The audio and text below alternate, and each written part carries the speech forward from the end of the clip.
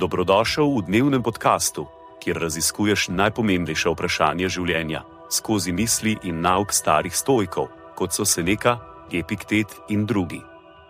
Vsak dan ti prinaša novo lekcijo o življenju, prilagojeno za človeka v modernem času. Današnja stoična misel je od Mark Aurelij, meditacije. Prehodite skozi ta kratki časovni odsek v skladu z naravo in pridite do svojega končnega počivališča z milino. Tako kot zrela olivo morda pade, hvaleča zemlji, ki jo je hranila, in hvaležna drevesu, ki ji je omogočilo rast. Konec citata. Sledi kratka razširitev te misli za modernega človeka. Mark Aurelij v tej misli spodbuja harmonijo z naravo in milino v soočanju s končnostjo našega življenja. Primer zrele olive, ki pade s svojega drevesa, je slikovit prikaz tega koncepta.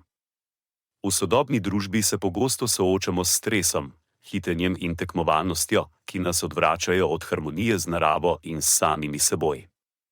Na primer, v nenehnem prizadevanju za doseganje več, za uspeh ali za pridobivanje materialnih dobrin, lahko pozabimo na pomembnost umirjenosti, zahvalnosti in sprejemanja naravnega toka življenja. Mark Aurelij nas spodbuja, da se premaknemo stran od tega nemirnega pristopa in najdemo mir v sprejemanju in zahvalnosti. To je lahko tako preprosto, kot da se ustavimo in opazimo lepoto narave okoli nas, ali pa da izrazimo hvaležnost za stvari, ki jih imamo, namesto da bi nenehno strmeli k več.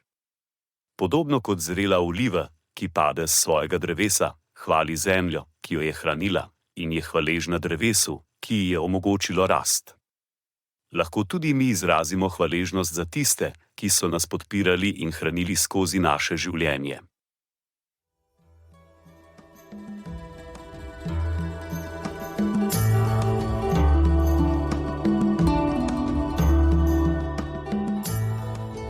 Kot pravi Seneca, nič ne osrečuje toliko kot ljubeča in zvesta prijateljstva.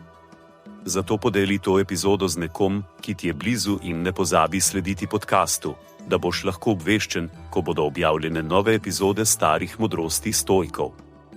Želim ti polno preizkušenj in poguma v tem dnevu.